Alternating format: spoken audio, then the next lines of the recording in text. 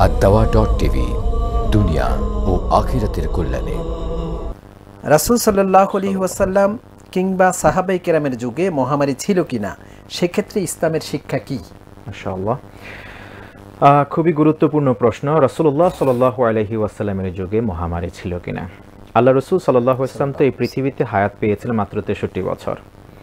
এই 63 বছর বয়সে খুব বড় আকারে কোনো মহামারী হয়েছে বলে ইতিহাস থেকে জানা যায় না, কারণ তাকে তো আল্লাহ তাআলা রাহমাতাল লিল আলামিন করে পাঠিয়েছেন।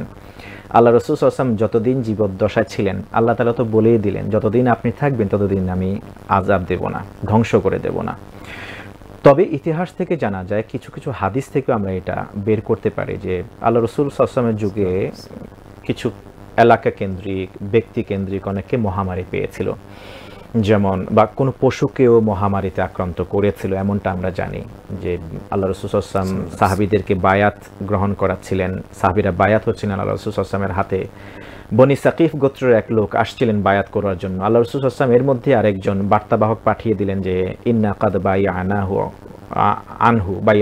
আনহু, আমরা তার পক্ষ থেকে বায়াত করে ফেলেছি, অতএব তার এখানে আসার দরকার নাই। এই হাদিস থেকেও জানা যায় যে ওই ব্যক্তিকেও বা এরকম মহামারী পেয়ে বসেছিল, বিধায় তাকে আল্লাহ রাসূল সাল্লাল্লাহু আলাইহি ওয়াসাল্লাম যেখানে তিনি বায়াত করাচ্ছিলেন সেখানে আসতে তিনি নিরুৎসাহিত করেছিলেন এবং বার্তা পাঠিয়ে দিলেন যে তোমার আসার দরকার নাই, তোমার বায়াত গ্রহণ করা হয়ে গিয়েছে। আবার আল্লাহ রাসূল সাল্লাল্লাহু আলাইহি ওয়াসাল্লাম এরকম সুনানে আবি দাউদের হাদিসে এরকম পাওয়া যায়, কোন এক ব্যক্তির এরকম মহামারী হয়েছিল। আল্লাহ রাসূল সাল্লাল্লাহু আলাইহি ওয়াসাল্লাম দেখলেন যে তিনি হাত নাড়াতে পারছেন না, নবীজি সাল্লাল্লাহু আলাইহি ওয়াসাল্লাম খেতে বসলেন।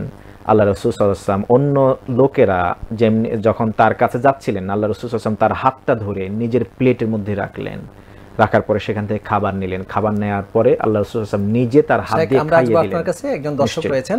আসসালামু আলাইকুম ওয়া রাহমাতুল্লাহি ওয়া বারাকাতুহু। সুপ্রিয় দর্শক, পরিচয় দিয়ে প্রশ্ন করুন। ওয়া আলাইকুম আসসালাম ওয়া রাহমাতুল্লাহ। আমি নাজমুল হুদা বলছি পাবনা সাতিয়া থেকে। জি, আপনি ভালো আছেন?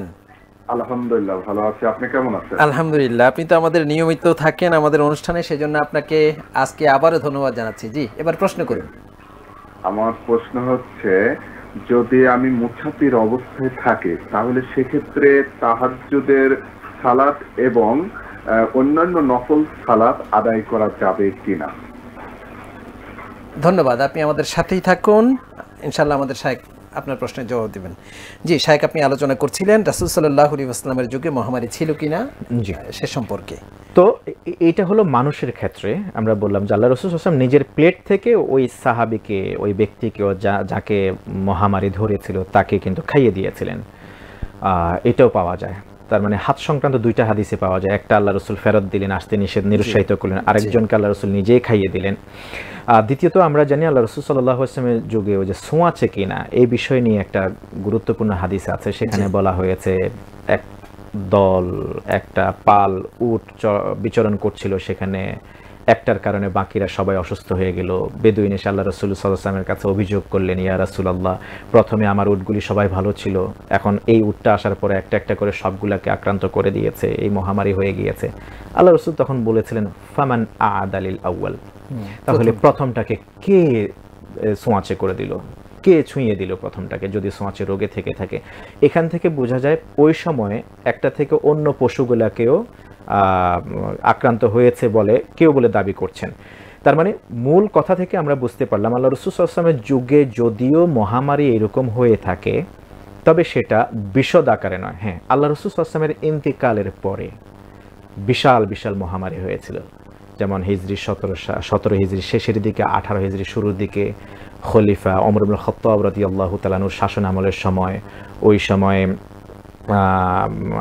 কি বলা হয়, আব্দুর রহমান, কি বলা হয়, আমিনুল উম্মাহ আবু উবাইদা ইবনুল জাররাহ রাদিয়াল্লাহু তাআলা আনহু এবং আবু মুসা আল আশআরী রাদিয়াল্লাহু তাআলা আনহুমা, উনাদের আমলে, ইভেন 69 হিজরির দিকে এসে সাহাবী আব্দুল্লাহ ইবনে জুবাইর রাদিয়াল্লাহু তাআলা আনহু, তিনি যখন ইরাকের বাসরা নগরীর ওই সময় শাসক ছিলেন, ওই সময়েও কিন্তু বিশাল এরকম মহামারী হয়েছিল পরবর্তী যুগে। কিন্তু আল্লাহ রাসূল সাল্লাল্লাহু আলাইহি ওয়াসাল্লামের যুগে এরকম বিশাল আকারে মহামারী হয়েছে বলে ইতিহাস থেকে আমরা জানতে পারি না।